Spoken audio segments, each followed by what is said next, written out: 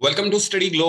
Knowledge is power. मेरा नाम है सुहेल तुर्की और आज आपके साथ फिर से जुड़ा हूं एक बहुत ही शानदार वीडियो में, जहां पे मैं आपको बताने जा रहा हूं इंपॉर्टेंस ऑफ माइंड मैप।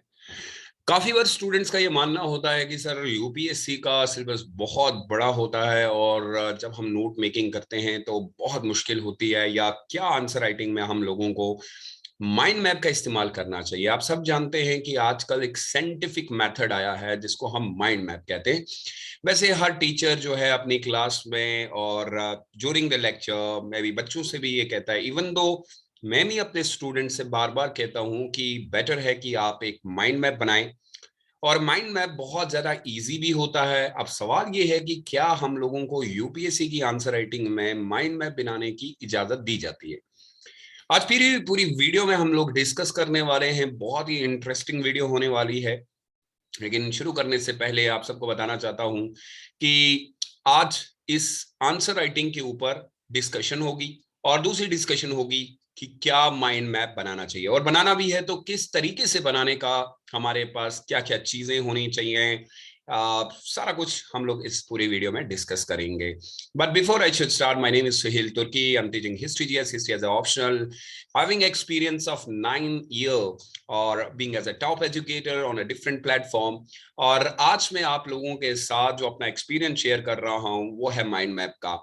याद रखिएगा कि अगर आप मेरे किसी कोर्स में जुड़ना चाहते हैं या आप चाहते हैं कि आप स्टडी ग्लो पे अपनी यूपीएससी की जर्नी को आगे बढ़ाएं, तो आपके लिए एक बहुत बहुत अच्छा सुनहरा मौका है। जी हाँ, हमारे पास UPSC pre plus mains 2023 foundation course था, जिसको आपकी बहुत सारे स्टूडेंट्स ने ये कहा कि सर एक काम कीजिए कि इसको कंबाइन कर दीजिए, और उस कॉम्बिनेशन के तौर पे अब हम लेके आए हैं आपके लिए कॉम्बो। और कॉम्बो में आपको UPSC 2023 foundation plus history as optional मिलने वाला है। तो वो बच्चे जो हिस्ट्री एज ऑप्शनल जा रहे हैं, बेटा बहुत ही मजेदार होने वाला है, जहां पे मैं आप लोगों के साथ लाइव क्लासेस में जुड़ूंगा।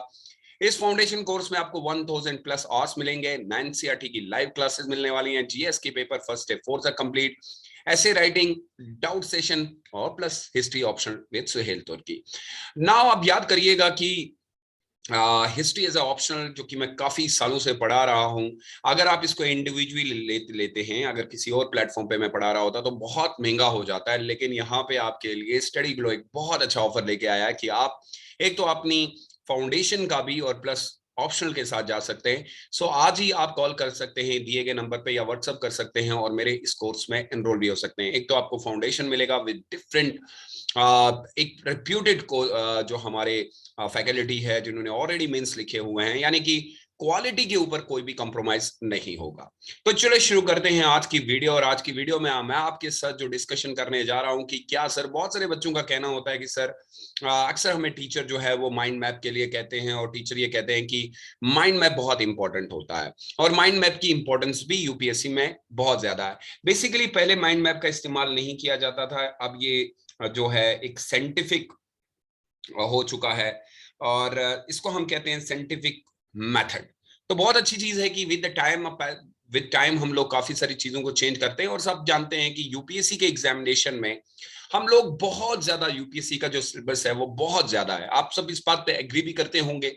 और टॉपिक जो है वो बहुत ज्यादा कॉम्प्लेक्स भी होते हैं, और ऐसा नहीं है कि आपको हर टॉपिक बहुत सिंपल मिलेगा, बहुत कॉम्प्लेक्स होते हैं। और बहुत बार स्टूडेंट जो है वो कंफ्यूज हो जाता है बहुत सारे टॉपिक्स में। अब यूपीएससी क्योंकि एक एनालिटिकल पर्सपेक्टिव में क्वेश्चन पूछता है, डायरेक्ट क्वेश्चन आते भी नहीं है। और GS1 हो गया, यानी हिस्ट्री है, पॉलिटी है, फिर इकोनॉमी है, फिर जियो है, फिर इथिक्स इंटीग्रेट, फिर आपका डिजास्टर मैनेजमेंट, फिर साइंस एंड टेक्नोलॉजी। तो भाई बहुत भरकम बुक्स पढ़नी पड़ती हैं। लेकिन इन बुक्स को अगर आप ईज करना चाहते हैं, अगर आप अपनी इस पूरी जर्नी को थोड़ा सा सिंपल करना चाहते हैं, तो हम क्या करेंगे कि कॉम्प्लेक्स टू सिंपल जाएंगे, ना कि आप कॉम्प्लेक्स बनाते जाएंगे। कॉम्प्लेक्स का मतलब होता है कि आप थोड़ा सा जटिल टाइप के हो जाते हैं जब आपने नोट्स रिजिड टाइप के कर देते हैं। ऐसे नोट्स बनाना शुरू करते हैं जिनको आपको खुद पढ़ने में दिक्कत होती है। फर्स्ट टाइम जो बना लेते हैं, मतलब बहुत अच्छे नोट्स बनते हैं, लेकिन प्रॉब्लम ये होती है जब हम उनको वापस रीडिंग करते हैं तो हमें लगता है कि यार हमने क्या लिख दिया। इवन ये कभी कभी आपकी रिवीजन करने के लिए भी दिक्कत करते हैं। सो हम क्या कर सकते हैं, हम साइंटिफिक मेथड पे जा सकते हैं। और साइंटिफिक मेथड सिंपल सा मेथड है बेटा कि आप माइंड मैप की ओर जाइए। अब माइंड मैप में क्या होगा बेटा, जो जो चीजें इंपॉर्टेंट है ना वो आपको याद रखनी। अननेसेसरली माइंड मैप नहीं बनेगा, link need to be develop, आपको लिंक करना पड़ेगा। माइंड मैप का जब टीचर पढ़ा रहा हो, ये नहीं है कि आपने उन्हीं नोट्स को तोड़ फोड़ के लिख दिया या आपने कुछ भी लिख दिया, ऐसा नहीं होता है। माइंड मैप में सबसे इंपॉर्टेंट चीज है कि जो आप माइंड मैप बना रहे हो, क्या वो माइंड मैप लिंक कर रहा है स्टैटिक पोर्शन को करंट के साथ। This is very very very much important. Example के तौर पे अगर कोई पर्टिकुलर टॉपिक आप पढ़ रहे हैं, लीजिए टॉपिक आपने पढ़ लिया कि सर हम एक टॉपिक पढ़ रहे हैं and that topic is known as art in culture. अब एक बुक है, जैसे आर्ट एंड कल्चर का एक टॉपिक है। सर आर्ट एंड कल्चर में हम दिल्ली सल्तनत को पढ़ते हैं, और दिल्ली सल्तनत का एक पीरियड आता है जो कि बहुत इंपॉर्टेंट है, क्योंकि आर्ट एंड कल्चर बहुत ज्यादा हुआ है। टॉपिक ऊपर आर्ट एंड कल्चर का है तो हम आर्ट एंड कल्चर डिस्कस करेंगे। अब आर्ट एंड कल्चर में आप सब जानते हैं कि यहाँ पे आपको पढ़ना पड़ता है कि दिल्ली सल्तनत के टाइम पे जो Islamic art and culture India में आया वो किस तरीके के था। तो ये इसको हम कहेंगे स्टैटिक पोर्शन, जो बुक में ऑलरेडी दिया हुआ है। तो आपको माइंड मैप में इसको भी लिखना है, plus you need to add the current affair. That is what we call a mind map. If the mind map is lacking in terms of current affair, अगर mind map में current affair नहीं है तो उस mind map को बनाने की जरूरत नहीं है। जो बच्चे सिर्फ अपने टॉपिक का mind map बनाते हैं तो भी गलत है।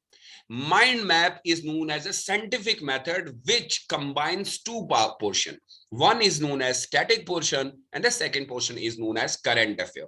बेटा बहुत इंपॉर्टेंट चीज बता रहा हूं। लाइक फॉर एग्जांपल यहाँ पे हम लोग ने इस्लामिक कल्चर पढ़ लिया, लेकिन अभी रिसेंटली न्यूज आई थी अबाउट कुतुब मीनार। अब यहाँ पे हमें इसी को करंट अफेयर में डाल देना कि recently what was going on, why Qutub Minar was in recently news. तो क्या हुआ कि आपने अपने स्टैटिक पोर्शन को करंट से जोड़ लिया। ये यूपीएससी की डिमांड है, यानी आप हमने अपने आप को अपडेट कर लिया। So that what exactly UPSC is looking from student as well. तो हम इसको कहते हैं कि link between the two part, static portion and the current affair as well. This is what we need. बहुत बार जब मैं क्लास में या अपने बच्चे जो होते हैं वो क्या करते हैं, वो कुछ भी बना देते हैं। बहुत अच्छे अच्छे माइंड मैप भी बनते हैं, ऐसा नहीं है कि माइंड मैप बच्चों को नहीं। लाइक फॉर एग्जांपल आपने इस तरह टॉपिक का नाम लिख लिया, फिर उसके विंग्स थोड़े से निकाल देते हैं, ये टॉपिक इस चीज से डील करता है, फिर यहां से भी आपने ऐसे कर लिया, फिर इस तरीके से आप एरोज का यूज कर लेते हो, डिफरेंट डिफरेंट पॉइंट्स का यूज कर लेते हो, break up the different paragraph into a little छोटे छोटे स्मॉल पार्ट बना देते हैं। बट बेटा इसको माइंड मैप नहीं कहते, इसको कहते हैं break down of the paragraph into a smaller portion. इसको माइंड मैप नहीं, mind map is called when it link between the current affair. Hopefully आपको ये पोर्शन तो पता चला होगा, आज मैं पूरा डिस्कस भी कर ले जा रहा हूं। सबसे पहले अगर आप माइंड मैप बनाते हैं तो क्या क्या चीजें दिमाग में रखनी पड़ेंगी आपको, और तभी आपका माइंड मैप जो है वो आप यूपीएससी के लिए use. It is important to develop a clear approach. सबसे पहले आपके पास एक क्लियर अप्रोच होनी चाहिए। माइंड मैप का मतलब ये नहीं है कि आपने एनसीईआरटी की बुक उठाई या आपने स्टैंडर्ड बुक उठाई और वही छाप दिया जो आपकी बुक में है। नहीं बेटा, ऐसा नहीं हो सकता। आपको पहले पढ़ना पड़ेगा। You have to read a very thoroughly.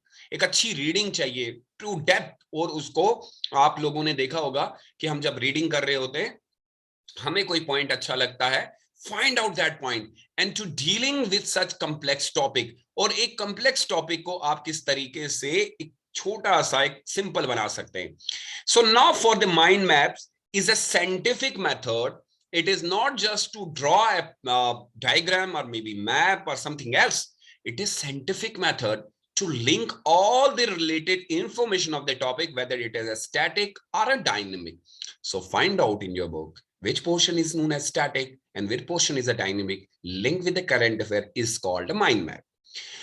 मुझे लगता है, जहां तक मैं जानता हूं, हमारे पास काफी ऐसे बच्चे होंगे जिनके पास, अगर बेटा आप लोगों ने माइंड मैप बनाया और उसमें करंट अफेयर नहीं है, स्टैटिक पोर्शन नहीं है, डायनेमिक पोर्शन नहीं है, तो बेटा मुझे कहीं ना कहीं लगता है कि आपने कॉपी कर दिया। और कॉपी नहीं चाहिए बेटा, फिर वही वाली बात हो गई।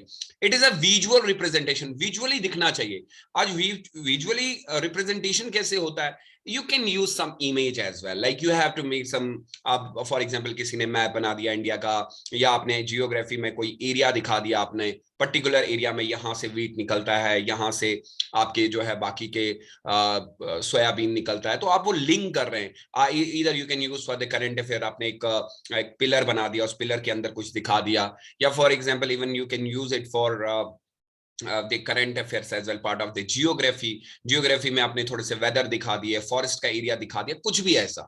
So it is a visual representation of the entire topic in focusing on the each of the element. लेकिन पढ़ने के समय आपको वो पॉइंट रखने हैं जो बहुत ही इंपॉर्टेंट है. So need to complete all these 3 important point, but remember, so the first part is static, dynamic and a current affair.